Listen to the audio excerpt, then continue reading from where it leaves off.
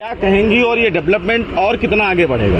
देखिए, कोरोना के समय पर भारत की जो व्यवस्थाएं थी, खासतौर पे मेडिकल की, उनके गैप्स दिखाई दिए। चाहे ऑक्सीजन सप्लाई सिस्टम की सप्लाई चेन थी, चाहे आईसीयू बेड्स की कमी थी, चाहे वेंटिलेटर्स की कमी थी, कई बार अफोर्डेबिलिटी की कमी थी। तो आयुष्मान भारत स्कीम किन पे लागू होगी नहीं होगी, अब 5 लाख रुपए तक की केंद्र सरकार ने स्कीम लगाई है। बहुत सारे राज्यों ने उसका फायदा उठाया।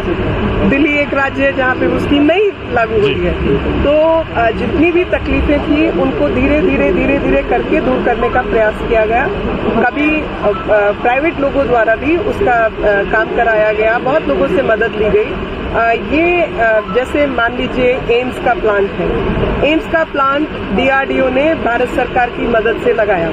ऐसे ही सफदरजंग या अन्य अस्पताल है या एनडीएमसी का है। तो जो बड़े अस्पताल थे भारत सरकार के तहत जो काम कर रहे थे उनको भारत सरकार ने मदद किया। म्यूनिसिपल कॉरपोरेशन को हमने दूसरी तरीके से मदद किया और उनके यहाँ भी कुछ जैसे पीएसयूज हैं उनके माध्यम से लगा। पूरे देश भर में सिक्किम का प्लान मैंने खुद देखा, उनका एक बड़ा अस्पताल या अन्य जितनी जगह है पूरे भारतवर्ष में भारत सरकार ने जहाँ जहाँ काम कर सकते थे वहाँ किया।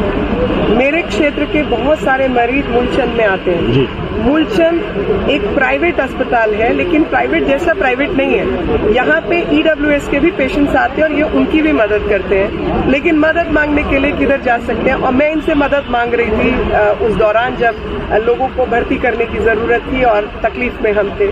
तो कई बार डॉक्टर्स ने भी मुझे कंप्लेन किया कि भाई हमारे को ऑक्सीजन सप्लाई चेन डिसरप्टेड है और आप जिन पेशेंट्स को रेफर कर रहे हैं उनको वेंटिलेटर चाहिए, तो हमारे सिर पे बात आएगी कि हम उनको ले लेंगे। तो ऐसी प्रॉब्लम्स चल रही थी।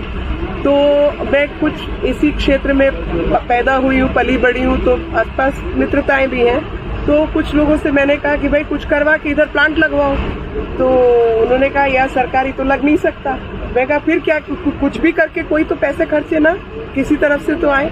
तो डालमिया फाउंडेशन से अगस्त्य डालमिया की मदद मैंने मांगी और अगस्त्य तैयार हो गए कि अच्छा ठीक है मैम, आप बोलते हो तो हम इसका काम चालू करते हैं। तो उन्होंने जो भी अपने परिवार से और बाकी अन्य गांव से सुविधा करके फंड अरेंज किया, फाउंडेशन के माध्यम से ये प्लांट इधर लगाया ताकि क्षेत्र के लोगों की मदद हो सके।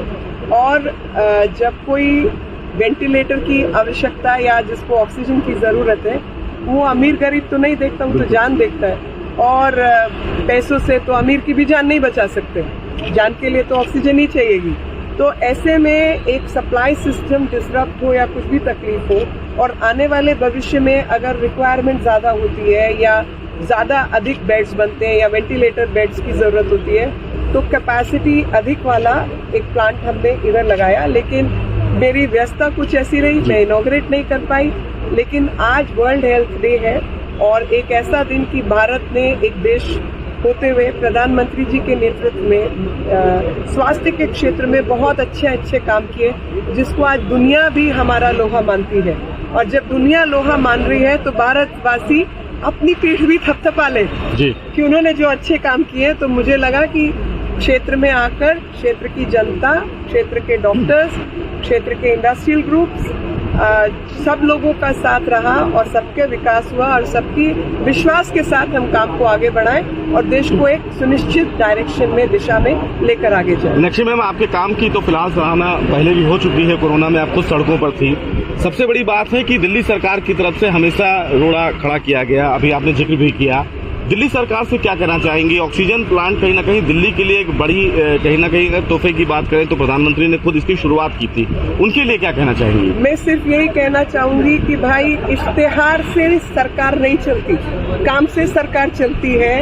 और 524 करोड़ जो आपका सालाना इश्तेहार का बजट है, उस बजट को जनता की सेवा में खर्चेंगे तो जनता का लाभ होगा और वो अपने आप में बड़ा इश्तेहार होगा। ठीक।